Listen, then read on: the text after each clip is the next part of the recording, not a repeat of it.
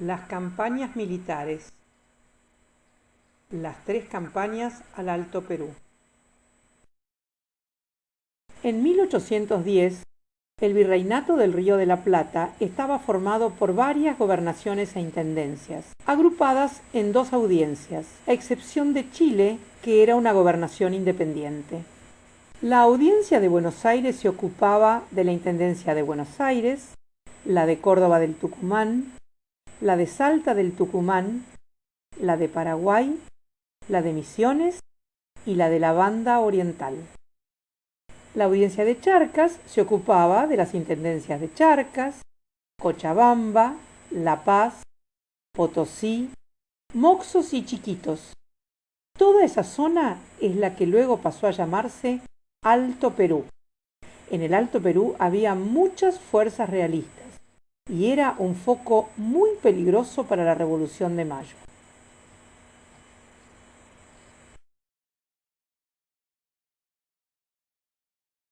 El gobierno revolucionario de Buenos Aires tenía que emprender expediciones armadas, pero la carencia de militares entrenados era una de las más graves dificultades que tuvo que enfrentar. Solo contaba con el batallón de patricios y otros cuerpos formados durante las invasiones inglesas, como el de Blandengues, que no eran más que lanceros reclutados para vigilar las fronteras de los territorios aún dominados por los mapuches y los ranqueles. La Junta comenzó una colecta en Buenos Aires para organizar la primera expedición al Alto Perú y reunió un ejército de 1.150 hombres. En julio de 1810, las tropas ya comenzaron la marcha por la ruta de Córdoba al mando del teniente coronel Antonio González Balcarce. Luego de Córdoba avanzaron hacia Tucumán, Salta y llegaron al Alto Perú. Después de algunas batallas donde la superioridad de los españoles era evidente, retrocedieron y en noviembre tuvieron su primer victoria, la batalla de Suipacha.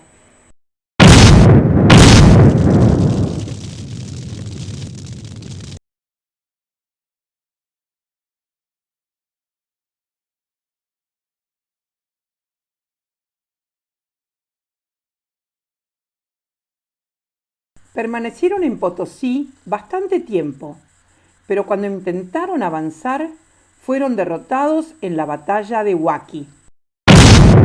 El ejército, totalmente desmembrado, se replegó hasta Jujuy, y allí, en febrero de 1812, el general Manuel Belgrano se hizo cargo de la situación. Contaba con algunos cañones, 1.500 hombres, pero no había armas para todos.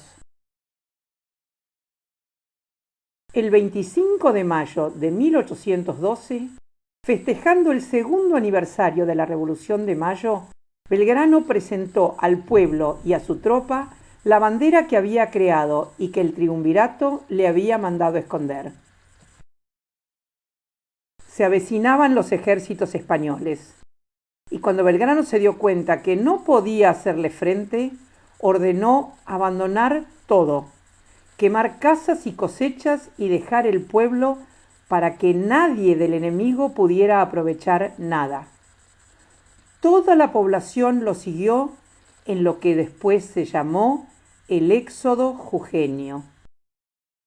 Recién el 24 de septiembre de 1812, Belgrano se enfrentó al ejército español, obteniendo una importante victoria, la batalla de Tucumán, en el que además se quedó con muchísimas armas que el enemigo, en su retirada hacia Salta, dejó abandonado en el campo de batalla. 4 meses más tarde, Belgrano duplicó el número de sus hombres y mejoró su formación y disciplina. Y en febrero de 1813 volvió a enfrentarse con los realistas en Salta y obtuvo otra importante victoria.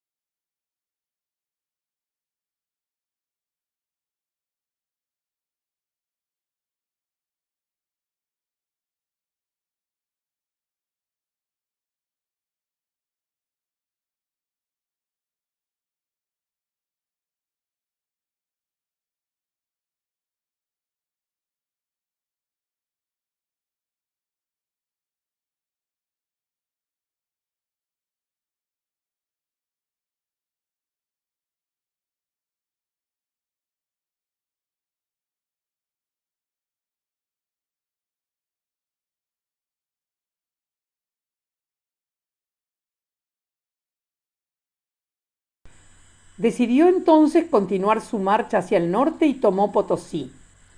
Pero antes de que lleguen los refuerzos que había pedido, fueron atacados en forma sorpresiva y fueron vencidos en la batalla de Vilcapugio.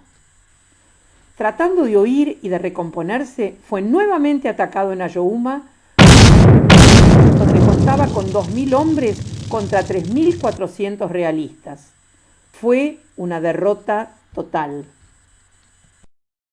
Belgrano debió retirarse a Jujuy, donde llegó con solo 800 hombres, sin artillería, y el Alto Perú quedó en manos realistas.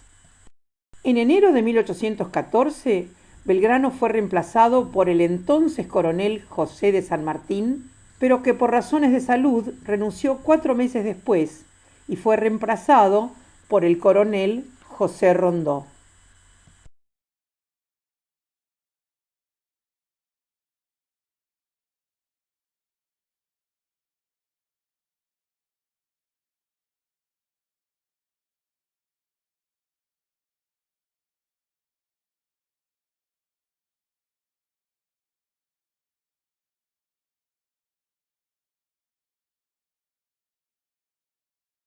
Luego de permanecer en el actual norte argentino durante un año, el Ejército del Norte recibió órdenes para una tercera campaña al Alto Perú, que pretendía ocupar ese territorio, establecer la soberanía de las Provincias Unidas y, si se podía, intentar avanzar sobre Lima para liberar la capital del Virreinato del Perú.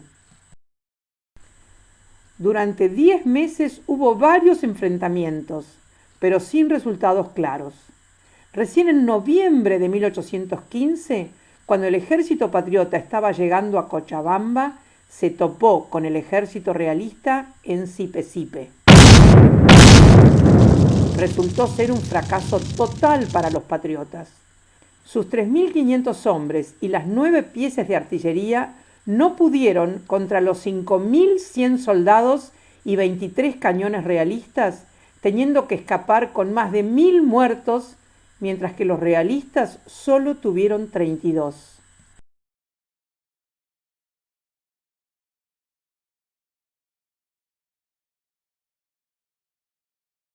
Los objetivos de esta tercera campaña tampoco fueron logrados, y las Provincias Unidas del Río de la Plata quedaron rodeadas de potenciales enemigos, ingleses y franceses que podían llegar por mar, portugueses por el este y españoles por el norte.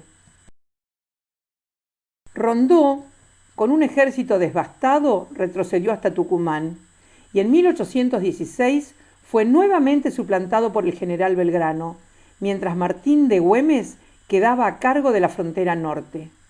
Ese fue el último intento de anexar el Alto Perú. En abril de 1817, el ejército del norte obtiene una victoria en la batalla de la Tablada. Este triunfo le significó la captura de abundantes armas, municiones, víveres y prisioneros, incorporándose además más de 1.000 altoperuanos a su ejército. Pero en junio es sorprendido en Sopachuí, siendo derrotado casi sin combatir. Tuvieron que retirarse por Salta, por el mismo camino que habían venido.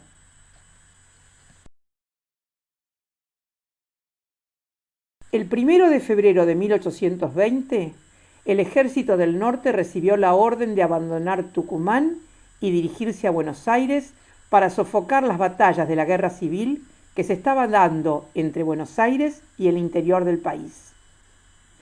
La defensa del noroeste quedó otra vez a cargo de Martín de Güemes.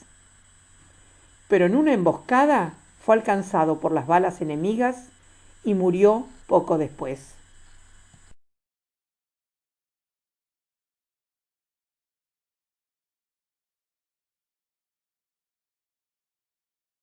Todos los intentos que hizo la Junta para vencer a los realistas fueron negativos. Solo el general San Martín, que en 1817 cruzó los Andes en una gesta histórica y que ganó las batallas de Chacabuco y Maipú liberando a Chile, se embarcó rumbo a Lima, donde casi sin luchar pudo declarar la independencia del Perú el 10 de julio de 1821, y así se logró expulsar definitivamente a las fuerzas españolas en esta zona del continente.